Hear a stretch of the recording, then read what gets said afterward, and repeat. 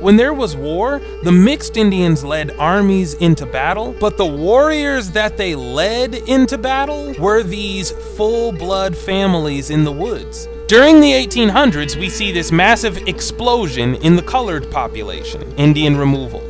1820 to 1850, the exact same years, the colored birth rates were the craziest. Did we genuinely just have a miracle birth rate during Indian removal? We're the ones who changed our own label. Wake up, wake up, wake up, wake up, wake up, wake up out of your sleep,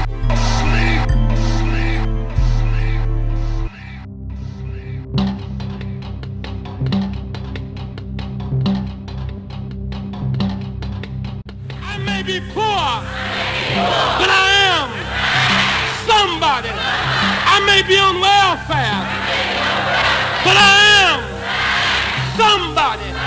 I may be in jail, but I am somebody. I may be uneducated, but I am somebody.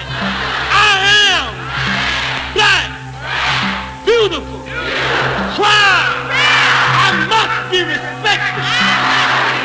I must be protected. I am somebody.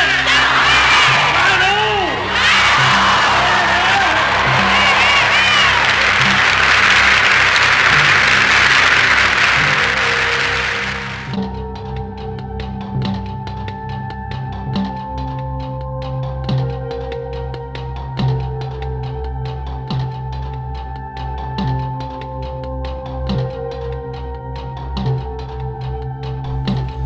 When black people do genealogy, they often find free-colored ancestors before emancipation who share surnames with people on the Dawes roll or the Dunn roll. Sometimes it's a coincidence, but sometimes that's genuinely a branch of your family. But you can't figure out how to connect your lineage to that branch. The reason for that is because many Indian nations split into two distinct groups. One group was the Euro-Indian elites. They're now known as Native Americans, and their phenotype is mostly European today. The other group was the largely homogeneous, unmixed Indians who got little to no admixture from Europeans. The mixed branch of your ancestors' family separated themselves in an attempt to join the high society. They wanted to be the elites, so they mixed with white people and adopted white culture. When Indian removal happened, the elites were the ones herded to another land, and your side of the family stayed behind. The commissions that registered all the Native Americans with their respective tribes then deliberately refused to record any genealogical information on any full-blood Indians to whom you could be related. Today, we're going to analyze each step of that process.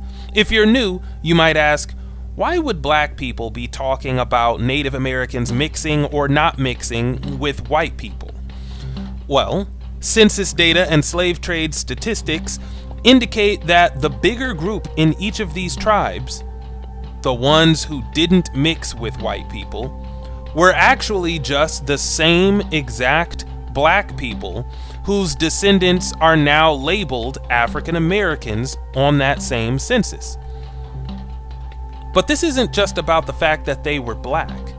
It's also about why they didn't end up on reservations after Indian removal and how they later gained the African American identity.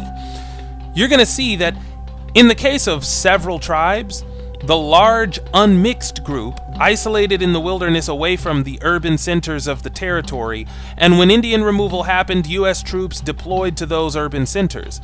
The mixed Indians lived in those towns, so they're the ones who were removed. Indians who did not mix were also not removed because they were spread out in the surrounding wilderness, which U.S. troop regiments had no intention of combing through to find them. Instead, they removed the mixed Indians, and then white people started moving into the territory.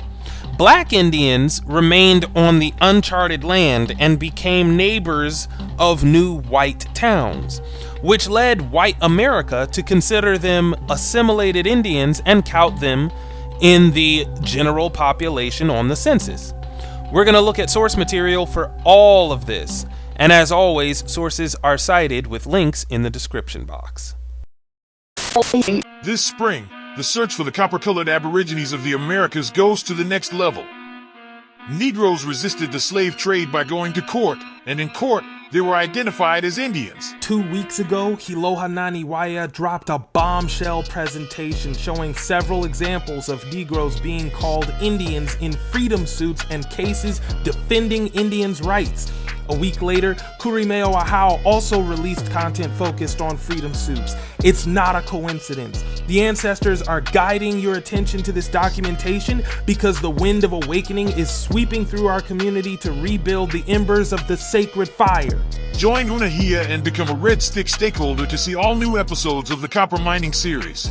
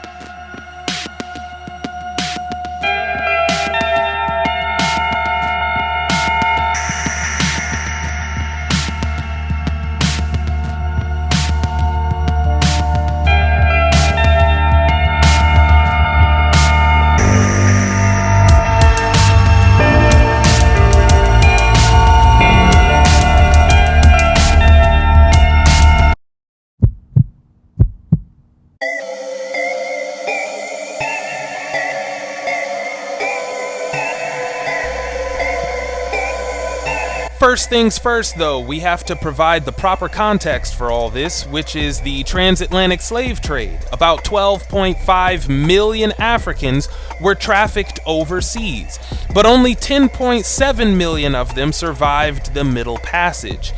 Of that 10.7 million, at least 5 million went to Brazil. That's almost half right there. Just under a third of all the Africans also went to the British Caribbean alone. At least 3 million there, without counting French and Spanish trafficking to Haiti, Martinique, and Hispaniola. Another million Africans at minimum went to Mexico, Colombia, and Peru collectively. We're already at 9 million out of 10.7 million, using only the most conservative estimates for each region.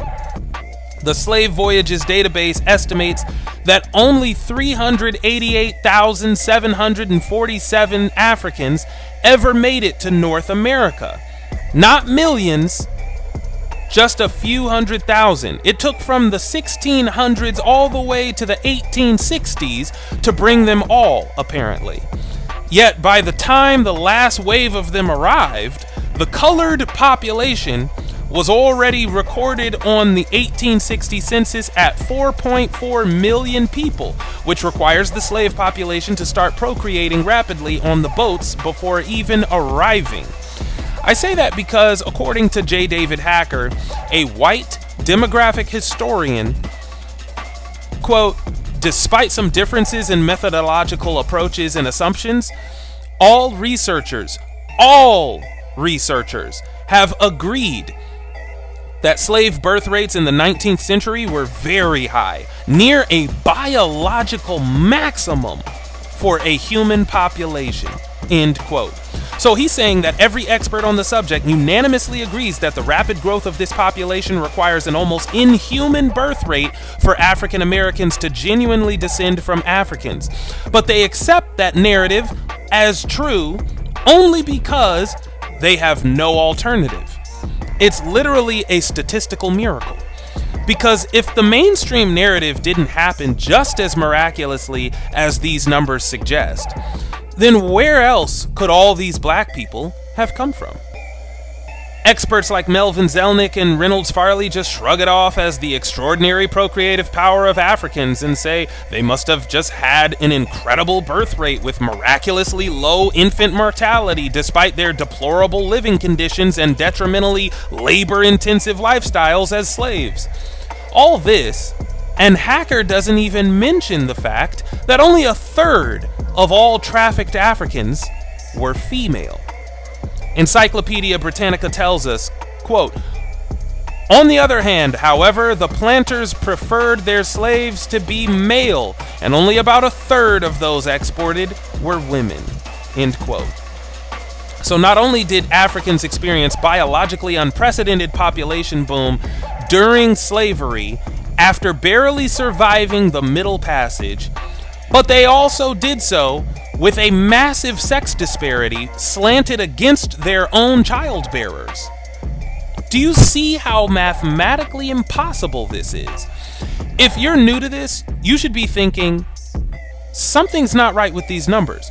We're going to flesh out a more logical explanation, which is that African Americans are actually American Indians with little to no African admixture at all, and Native Americans are the descendants of Indians who repeatedly married Europeans for successive generations. When Indian removal swept through the Southeast, the Indians who were still black were the majority, but they weren't living in the towns. They were scattered throughout the surrounding wilderness. Later, when their territory was subsumed by the United States, they got counted on the census as assimilated Indians. Over time, the sentiment that this Indian population was partly African swelled into the prevailing perspective that it's an entirely African population with the occasional Indian here and there. Let's look at the evidence. And then there's people who say, well, you know, they look at you, what color you are. What does that have to do with anything? Because a lot of the natives on my side of the family have a mixture of white in them. That was almost a requirement, especially the women, if they wanted to live in peace and not be thrown into work camps or thrown on a reservation. When the Europeans first came here, it was mostly men, and they were mating with the women. They were fighting the men, the native men, and mating with the native women. They didn't bring no women with them. Think about it, okay? So we have to think about that when we're talking. What did they look like? I have ancestors who were Susquehanna. They were described by John Smith as being tall, with loud, resounding voices, with broad noses, bulbous. They called them bulbous noses, like the Moors.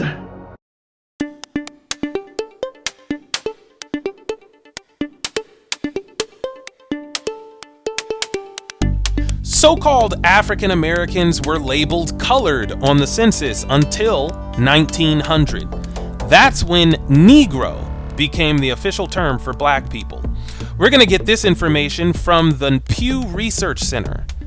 But pay attention to what else they say about this. Quote, "The word Negro was added in 1900 to replace colored.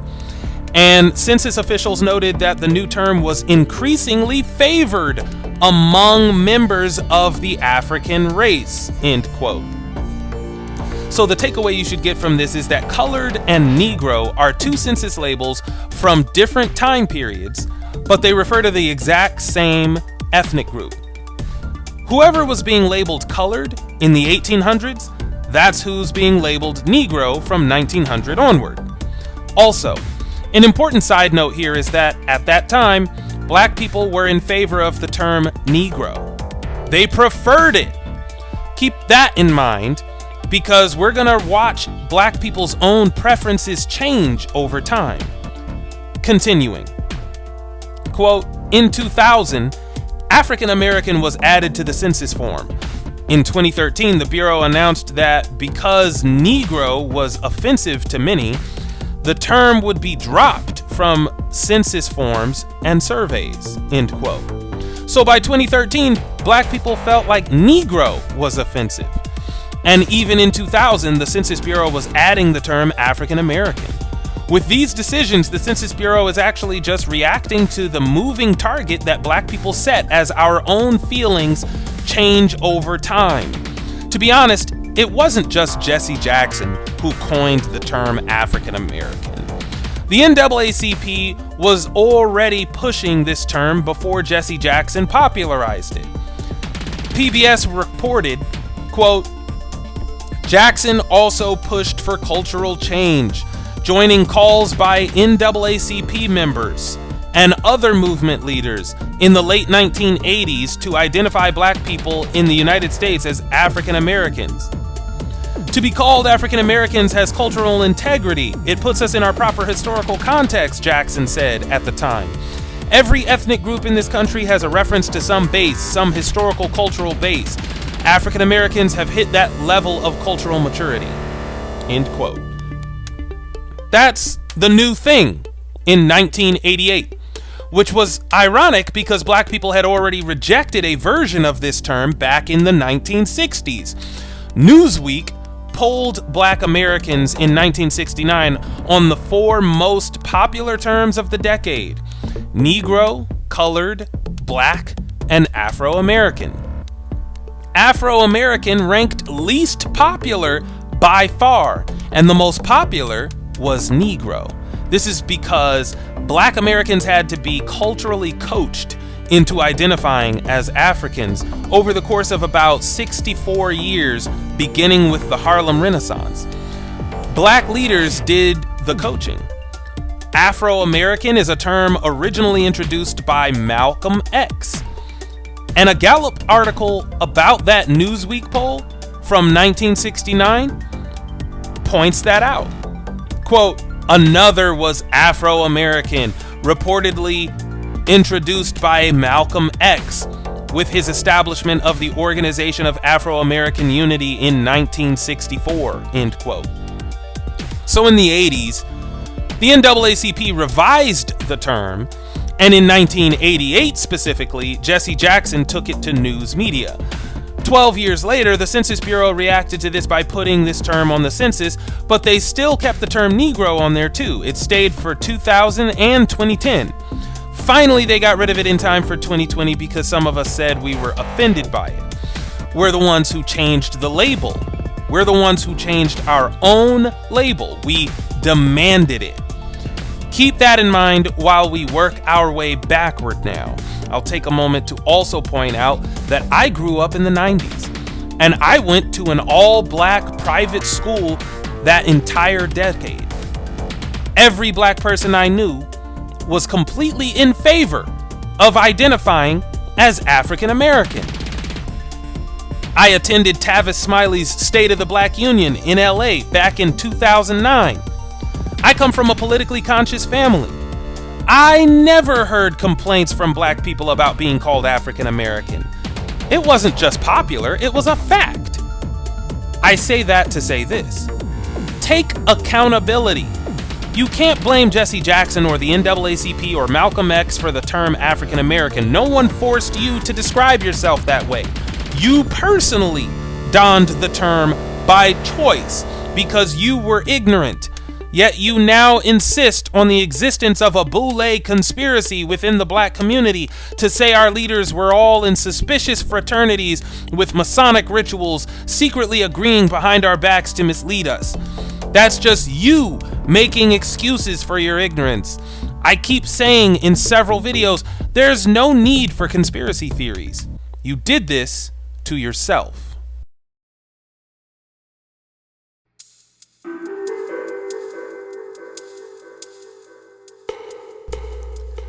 So go back to 1900. We switched from colored to Negro that year.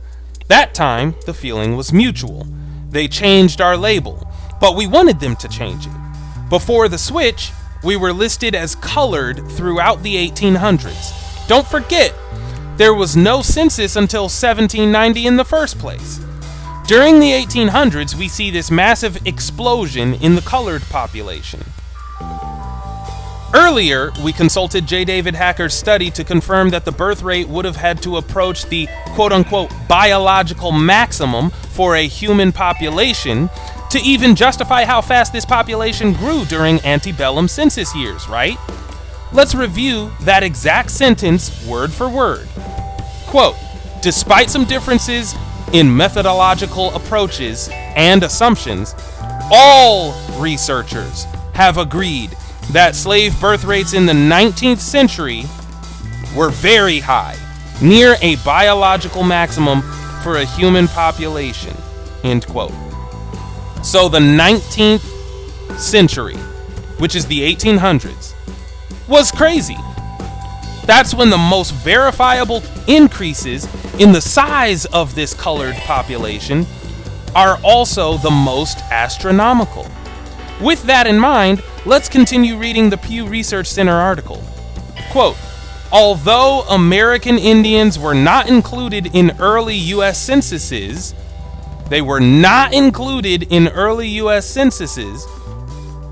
an Indian category was added in 1860, but enumerators counted only those American Indians who were considered assimilated. For example, those who settled in or near white communities. End quote. So no one in general population was being labeled Indian on the census until 1860. Remember, the 1860 census is the one that records the colored population at 4.4 million, even though human imports from Africa are counted all the way up to that same year, 1860.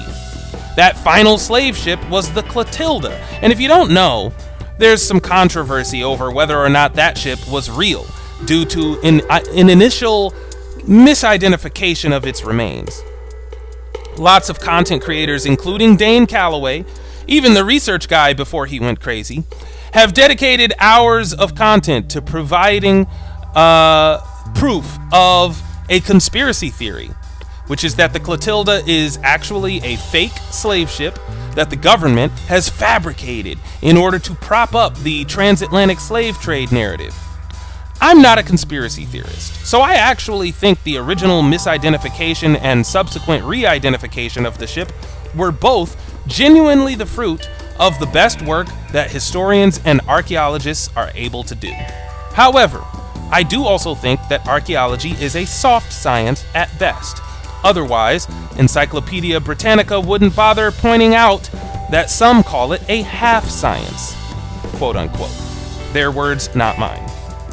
My point is, historians and archaeologists, both of whom specialize in disciplines whose results are highly interpretive and therefore easily subject to error, weren't trying to trick anybody with their findings. As far as anyone can tell, Clotilda is considered to be the last slave ship in U.S. history. The same news media that reported the discovery of Clotilda are also the ones who reported it was fake. If they're trying to trick you, why would they expose themselves? Besides, you're the one who said you were African. Remember? Like I said, there's no need for conspiracy theories. They don't need to trick you. You said you were African, not them. The last Africans were allegedly brought in 1860, the same year that Indian became a census category, and the same year that the colored population hit 4.4 million on paper in a century that all demographic historians agree must have been where coloreds were reproducing at a debatably unprecedented rate in human history. Going back to J. David Hacker's study, he points to several other experts who have studied the numbers. For example, he writes, quote, Melvin Zelnick used stable population methods to estimate a crude birth rate for the black population of around 60 births per 1,000 population in 1830 and about 54 in 1850. Reynolds Farley used slightly different methods to obtain an estimated birth rate of 53 in the 1840s and 49 in the 1850s. End quote. These are some of the insane birth rates hackers talking about. Even if we rounded the population up to 400,000, the birth rates should be between 35 and 45 per thousand under the best of conditions. But look at the decades in question here: the 1830s, 40s, and 50s.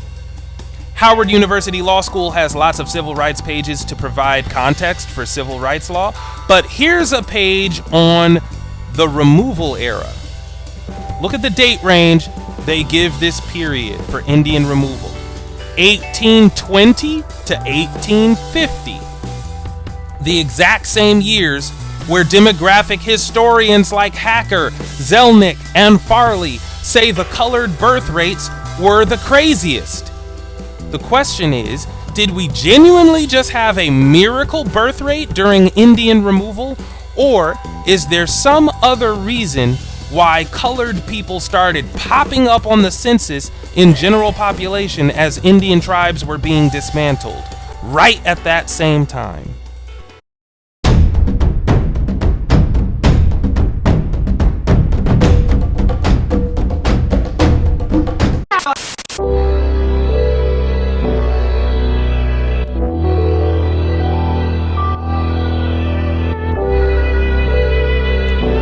When Indian was added as a census category, Pew Research just told us that census takers only counted Indians who were considered to be assimilated.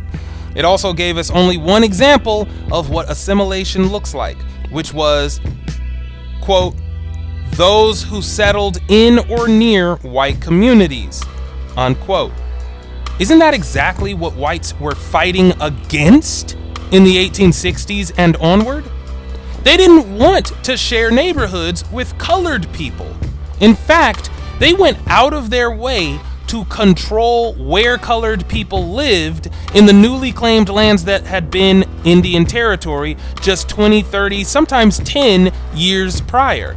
That's a big part of what black codes were about. The History Channel's website has a page on the history of segregation in the US. It says, quote, the first steps toward official segregation came in the form of black codes.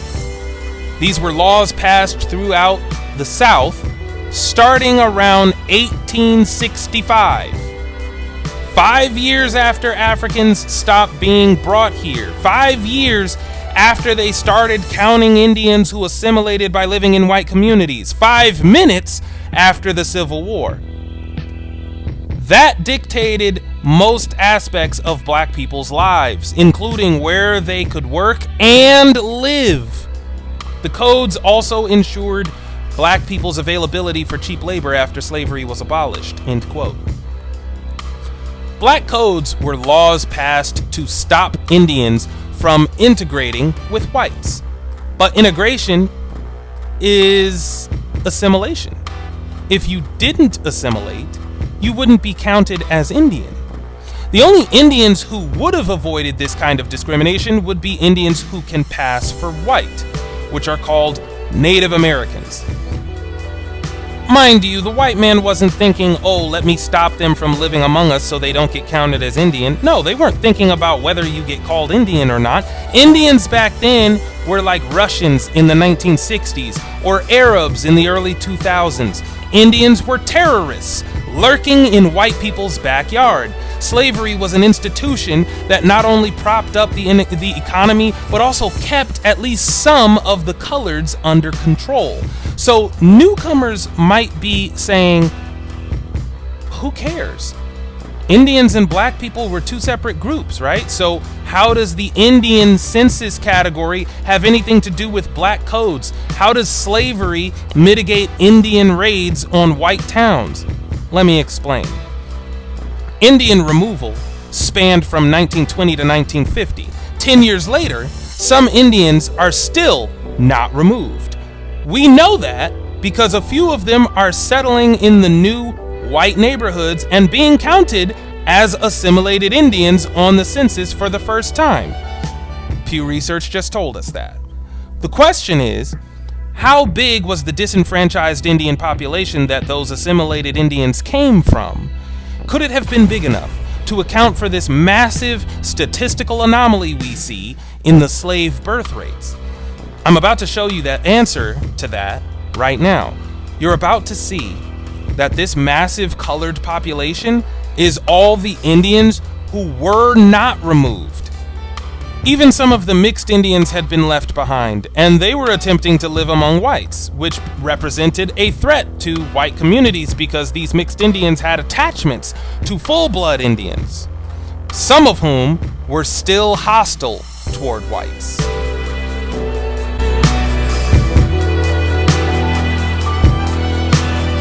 My indigenous ancestors, or people from the tribes that we were connected to, even though they were trying to comply with what these colonial people were saying, or the laws these colonial people were passing, they were still set on a trail of tears, you know?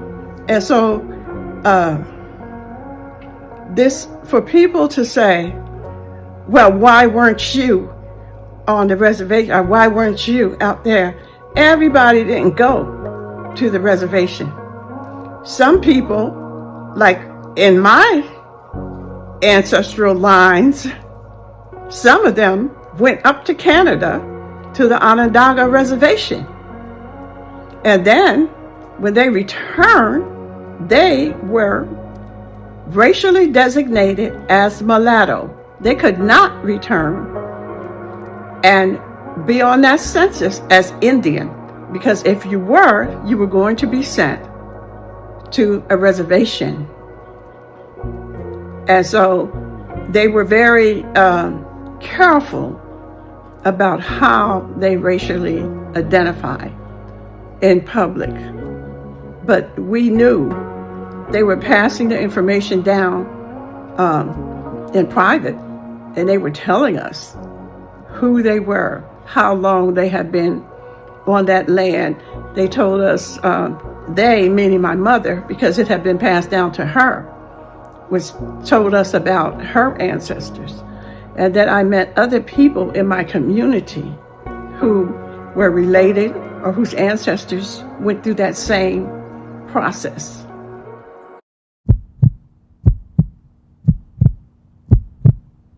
Guys, what we're about to talk about is a game changer. In short, Unehiya is a small team of highly capable individuals trying to lobby Congress for federal recognition of Black Americans as pre-Columbian American Indians. I'm one of them. I'm the public information officer, so I'm out front recruiting and providing information. I'm also handling PR because of my background in print journalism. Right now, we're focused on a well-planned lobbying campaign to get the Negro recognized as the American Indian, and our campaign strategy hinges on exploiting a quasi-legal precedent in an amendment proposal for a dormant Senate resolution that already exists. I want to appeal to everyone watching this video to support the campaign by joining Unehiya. And guess what? You don't even have to know a single thing about politics or history. Just help us build our list of demands and help each other use Unehiya's genealogy tools to identify your ancestral tribes.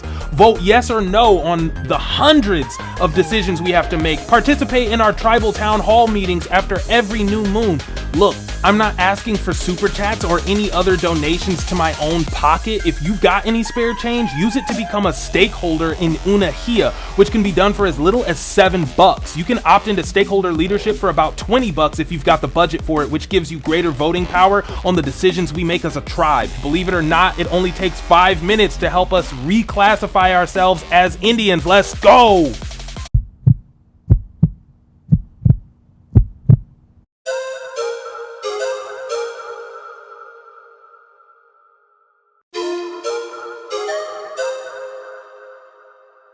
The missing link is isolated settlements within Indian territory.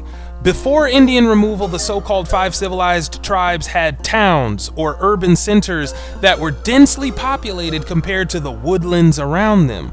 All of it would be part of the same Indian territory, but outside those towns, Indians were more spread out and harder to track down. Their homes were hidden by trees and wild bush. There was no way for whites to account for how many of them there were, but they definitely knew those Indians were out there. This was the very definition of the term uncharted territory. parts of Indian Territory that weren't well defined on any maps. If there was a cluster of wattle and daub houses on uncharted creek land, you wouldn't see it on an 1830s map. If you're a commanding officer in the National Guard at the time, the scariest part of handling the removal process is that you have no clue how many families live in that forested area. These families were full-blood Indians. When there was war, the mixed Indians led armies into battle, but the warriors that they led into battle were these full-blood families in the woods. First things first, let's prove that part, which should be easy for those of you who have been with us since last year, because in early 2025 we actually had a video that covered this already, but focused only on the Cherokee. To recap, we revisit a book entitled After the Trail of Tears: The Cherokees' Struggle for Sovereignty, 1839 to 1880. You might recall we read page 73, which says, quote, "While slavery was less common among full-blood Cherokee, because these people tended to live in more isolated settlements away from the European American influence and trade, both full-blood and mixed-blood Cherokee became slave owners." End quote. See that? Full-blood Cherokee lived in isolated settlements away from the main towns of Cherokee territory. Full-bloods weren't living in the towns, they were living in the woods. Why? Because the main towns were inundated with white influence. That's also why those towns were rife with mixed Cherokee. Owning slaves is something full-blood Indians rarely did, but mixed-blood Cherokee owned slaves a lot more often. Why? Because of white influence. For further context, the Library of Congress hosts this digitized print copy of a compendium called American State Papers, Indian Affairs 1815 to 1827, which is literally just a collection of correspondence from the beginning of the Indian removal era. We're talking letters between white and mixed agents in tribal territories and even heads of state. On page 110, we have a letter dated June 10th, 1816, and sent from Nashville, Tennessee. It stretches to the next page, and at the end of the letter, we see that it's addressed from President Andrew Jackson to Secretary of War William H. Crawford. In this letter, Andrew Jackson talks about a border dispute between Cherokee and Chickasaw governments in which he describes the Cherokee as playing dirty. Here's what he says. Quote, "The United States undertake and so declare that they will use their best endeavors that a settlement of the western boundary of the Cherokees shall be agreed on by the Chickasaws. But even if it had been an absolute acknowledgement of their boundary, which is not the fact, let it be recollected that it was altogether an ex parte inquiry, meaning a deal that only benefits one side, to which the Cherokees were alone present, and could not or ought not to affect the interest and title of adverse claimants, who were not present and not heard. Why the government," referring to the Cherokee government, "should feel a wish to aggrandize the nation at the expense of other tribes, or against the interest of their own citizens, is unknown." Here's the important line. "In this matter, the Indians, I mean the real Indians, the natives of the forest, the real Indians are the ones in the isolated settlements of the forest, not in the towns," see that? "Are little concerned. It is a stratagem only acted on by the designing half-breeds and renegade white men who have taken refuge in their country." So the half-breeds, the biracial Aborigines, the Euro-Indians, they designed the deal that Andrew Jackson's criticizing here. He doesn't consider mixed Cherokee to be the real Indians.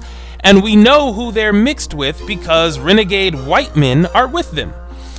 We also already know from reading After the Trail of Tears that the natives of the forest are the full-bloods living in isolated settlements away from the main towns in order to avoid white people and white influences.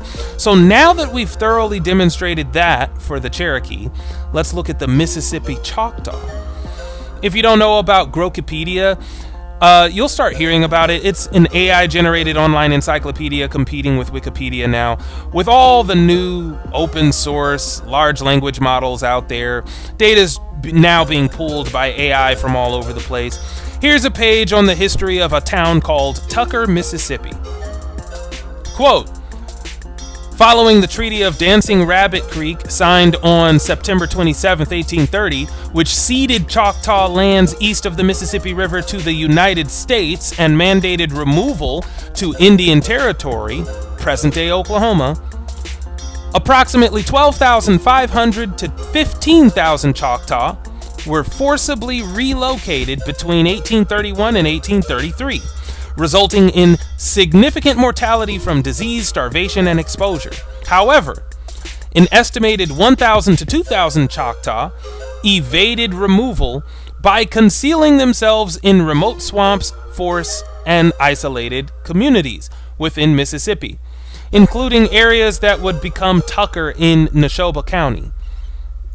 These remnants maintained cultural practices and kinship ties, despite legal disenfranchisement and pressure to assimilate or intermarry with non-Indians. End quote. Isolated communities. The remnant. Don't make me go there. Y'all already know who the remnant was. Are you starting to get the picture? Indians who didn't get removed in the Indian removal process were pressured to assimilate afterward in order to survive, but only the ones who could pass for white or at least look like tan whites would be allowed to assimilate or intermarry with whites, which they did. It doesn't matter if we're talking Cherokee, Choctaw, Chickasaw, Creek. The ones left behind were the ones isolating themselves from European influence. Okay? They were hidden in the woods. They had isolated settlements or isolated communities. They couldn't be counted until whites started chopping down trees and building their houses nearby because the Indians had been secluded.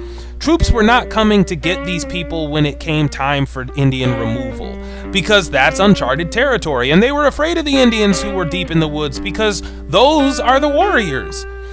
This is just an estimate from, one band of Mississippi Choctaw. How many other Choctaw do you think there really were in those woods throughout the rest of Mississippi and Louisiana? They have no clue how many there really were. They never went in there to see. Now, these are small examples to demonstrate how the problem manifested, but if we examine Creek Indian society in the early 19th century, you can actually see how broad in scope the problem might have been. Unless you study Creek Indian history, you might not know that the whole point of the Red Stick War was the conflict between full-bloods and mixed Indians. Whites called it the Creek War of 1813 to 1814. We're going to read two articles. The Wikipedia page for the Red Stick War, followed by an article from Ken Dunn, a titan in the publishing industry and author of lots of content focused on American history, among other things. We're reading both to compare the two articles because Wikipedia's article is a tad bit unscrupulous on the subject. Try to contain your sense of shock. Here's Wikipedia's version. Quote, made up mostly of Creek of the upper towns that supported traditional leadership and culture as well as the preservation of communal land for cultivation and hunting, the Red Sticks arose at a time of increasing pressure on Creek territory by European American settlers. Creek of the lower towns were closer to the settlers, had more mixed race families, and had already been forced to make land cessions to the Americans.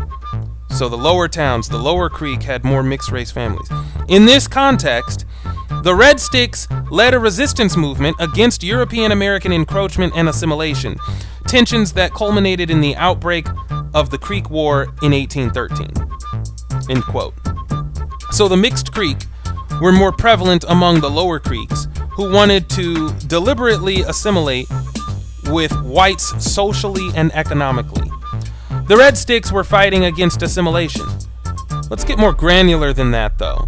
Dunn gets more precise in his description of the situation at that time. There's a paywall over his article, but the part I'm reading is visible before the paywall cuts us off. Quote, Fort Mims was in the Tensaw District, 35 miles north of the old French trading settlement of Mobile. The Tensaw region was settled by Georgia crackers, pejorative frontier vernacular for lower-class white Georgia frontier population. It was settled by Georgia crackers, Creoles, Cajuns, mixed blood, Creeks, and Choctaws, several hundred free people of color, and a contingent of African slaves. Side note, he separates free people of color from Africans and from Indians because historians never know who free coloreds actually are. They could be African or Indian. In 1812, the Creeks had a low-end population of 20,000 Indians by blood and a high-end estimate of 30,000. Also, about 1/5 of the Creeks, 20%, were half-bloods. Half-bloods, specifically. The aftermath of a century of trade between Creeks, English, Scottish, Irish, French, and occasional Spanish traders.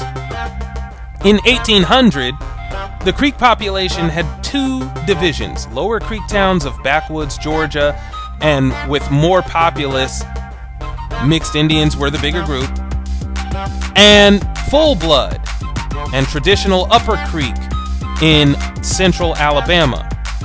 They were the ones who kept the traditions. The full bloods kept the traditions. Mixed blood Creeks tended to be concentrated in lower towns. However, Upper Creeks also had a half-blood contingent. So there were some half-bloods or mixed Indians among the Upper Creeks. So the mixed Indians and the full bloods were largely separate by this point. Full bloods were the minority, but there were mixed Creeks on their side, defending the Aboriginal ways. And that's my main point. The only difference with the Creeks is that we have more evidence that they may have been the minority rather than the majority. We see through the Cherokee, the Choctaw, and now the Creek that full bloods ended up isolating from the mixed Indians. We must learn to apply the Ijiti Indian principle of discernment in times like this. 1 is an incident, 2 is a coincidence, 3 is a pattern. We now officially see a pattern of full bloods separating from mixed Indians by the time of Indian removal.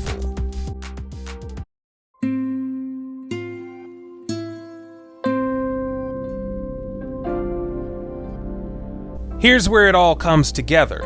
We're going to the U.S. GenWeb archives, which contain a microfilm from the National Archives of a census count taken in Carroll County, Georgia in 1830. The genealogist who published this is Wally Smith, and he left behind a note about what he thought was strange here. He wrote, quote, "The 1830 U.S. Census for Carroll County, Georgia was the first census for Carroll County. It was enumerated by Benjamin Merrill on the 25th of November, 1830. He shows a total population of 3,419, including 1,430 white males, 1,293 white females, 244 male slaves, 244 females, 111 free colored males, 27 free colored females. It appears that the free colored people counted were mostly Native Americans. This is unusual and provides some rare data about some of our first Americans. They were all listed on the last 2 pages of the record." End quote. Why is this genealogist so astounded? This is 1830. Why are the Native Americans being classified as colored during Indian removal? He claims this was unusual, but a similar thing happened to the Tama Band of Lower Creek Indian Society. This is coming from the Tama Band's own organization webpage, lowermuskogeetribe.com. Quote, "The state laws which followed the Indian Removal Act of 1826 would greatly affect the Muskogee people for many generations. Muskogee people were not allowed to work or be hired by a white man. Their hunting and fishing rights were taken away. Their identity was taken away, and their race was changed to persons of color." We're looking at a whole different band of Creek Indians and in a whole different location regionally.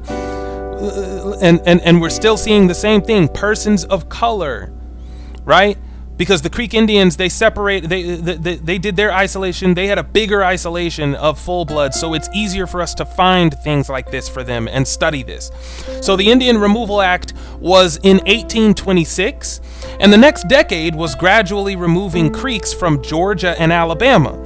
Once again, we see a separate band of Creeks classified as coloreds. Those of light complexion could intermarry with whites and possibly live in white neighborhoods, but dark-skinned Indians had to keep to themselves and band together. That's why Black Wall Streets started popping up everywhere, like Sweet Auburn, Auburn Avenue in Atlanta, known as the richest Negro street in the world, or the 4th Avenue district in Birmingham, Alabama. Notice also, that these are Indians on the census before Indian was a category. This is yet another reason why the 19th century was so crazy. This is the century that saw the most rapid evolution for Indian identity. During Indian removal, a new political party suddenly rose to prominence, the Know Nothing Party. SmartHistory.org tells us, quote, "An earlier incarnation of the Know Nothing Party was called the Native American Party. The members of nativist secret societies sometimes wore faux Indian dress and referred to their leaders as chiefs or sachems," end quote. Yeah, Digital Public Library of America tells us who they were, though, and they were not Indians. Quote, "Formed in the early 1840s and popular through the 1850s, the Know Nothing movement was a reaction to the influx of German and Irish immigrants to the United States. Proponents saw these newcomers as a foreign invasion that threatened to influence politics and religion. They advocated to curb immigration and naturalization and played on white native-born fears about outsiders." It sounds so familiar. More extreme members of the movement claimed that new Catholic immigrants would help subjugate America under the authority of the Pope. The Know Nothing Party, we're skipping down to the next paragraph here. The Know Nothing Party, otherwise known as the American Party and the Native American Party, functioned as the political arm of the movement. By 1856, it had gained enough momentum to launch a bid for the presidency on a singularly focused platform, shutting down immigration to the United States and containing and marginalizing Catholicism. End quote. These are white people who descend from European immigrants yet fear immigration from Catholic nationalities. Sound familiar? Today, people claim it had nothing to do with being American Indians, but these white people considered themselves Native American enough to dress like Indians. So the term Native American really did begin to mean Indian at this time. They wanted to replace the Indians and shut the borders behind them, so they coined the term Native American to refer to themselves, which is what first linked this term with the idea of being first to the land. Even though they weren't first to the land, they'd already intermarried with the Indians considerably, which is why they only removed their own Indians, the ones to whom they're related.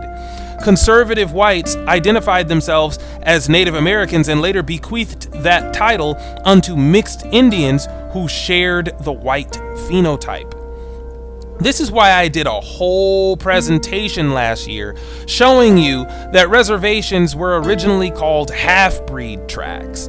Reservation history begins with the need to separate mixed Indians from full-bloods.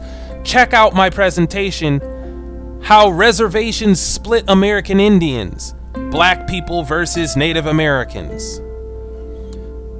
So Indians were herded like cattle to Oklahoma, but U.S. soldiers had no intention of getting into direct conflict with any full-bloods lurking in the woods. Think about it. Indians were known to leap up from the bush and stab horsemen with bowie knives or decapitate foot soldiers with tomahawks. And due to over a century of trade with the English, some of the full-bloods had flintlock muskets and were excellent marksmen. You could get sniped by a musket ball or an arrow from an enemy you can't even see. But there was still a problem. Colored families left behind were still connected to both black and white Indian families in Indian Territory. And by Indian Territory, we mean Oklahoma. Again, I'm not a conspiracy theorist, but this is the part that does begin to look a bit conspiratorial. I have to admit, at the turn of the century, white people definitely took a concerted effort to dissociate colored people from mixed Indians. You'll see more of what I'm talking about in this archived Washington Post article. Quote, past censuses of the tribes had noted both the Indian and the African ancestry of freedmen, counting those of mixed heritage as Native Americans. The Dawes Commission took a different approach. Setting up tents in fields and at crossroads, the census takers eyeballed and interviewed those who came before them, separating them into different categories. If someone seemed to be Indian or white with Indian blood, the commission simply listed that person as whole or part Indian, historians say. See, whiteness didn't disqualify you from being Indian because being mixed was the whole point anyway. People who the officials thought looked black were listed as freedmen, and no Indian lineage was noted, according to freedmen and historians. So even the historians will tell you that the lineages of dark-skinned Indians weren't recorded after removal. This is why colored people have such a hard time proving their indigenous heritage. It only counts if you trace lineal descent back to one of the families that relocated to Oklahoma, but tribal rolls deliberately excluded colored Indians' genealogy. In cases of mixed freedmen and Indian parents, Ken Carter wrote in his book, The Dawes Commission, applicants were not given credit for having any Indian blood. Baldridge's ancestors are recorded as freedmen in the Dawes rolls. Roy Baldridge, J.D. Baldridge's son, said that for the Dawes Commission, if you had a drop of black blood, you were black. End quote. That's the one-drop rule, obviously, but I've already done a presentation to show you that Cherokee blood quantum is actually just an additional layer of the one-drop rule. And we're looking at Creek. We're looking at Cherokee. We're looking at Choctaw. Full-bloods isolated from mixed Indians before removal, and they were still pooling together in small pockets that littered the Southeast after removal. But I am somebody. I may be uneducated, but I am somebody. I am black.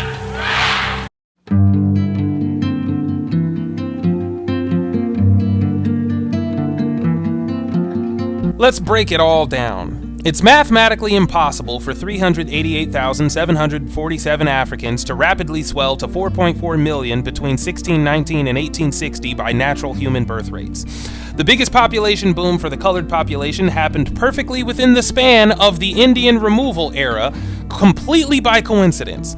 In each tribe, full-blood Indians separated from the mixed Indians before removal occurred, and the mixed Indians were removed with very few full-bloods. Most full-bloods remained in their original lands, with a minority of mixed Indians among them. White neighborhoods moved in around those who remained, which forced Indians to assimilate if they could, but full-bloods got legally blocked from assimilating by black codes and Jim Crow laws. They were still being labeled colored on the census until the turn of the century, when coloreds became Negroes, even though those were the full-blood Indians that were left behind after removal. They have to be, because mathematically we have no other option for where these colored people came from. During the same decade, tribal rolls classified the colored Indians in Oklahoma as freedmen and recorded no genealogy from them. A decade and a half after tribal rolls, we get the eugenics movement, racial integrity law, and the start of the new Negro movement all at once. Beginning with the new Negro movement, our woke class embraced African identity. The next 40 years, Negroes wrestled with whether or not to identify as African, and then Malcolm X tried to nudge Negroes toward it. However, that identity still didn't popularize until Jesse Jackson and the NAACP pushed it on to us in the 1980s. Today, we're African Americans because we all deliberately chose to identify as African Americans in the 90s. The colored population is the full-blood Indian population with only a hint of African admixture, and our ties to Indian freedmen are severed by the deliberate omission of genealogical records for them when commissions of white men did tribal enrollment in Indian territory.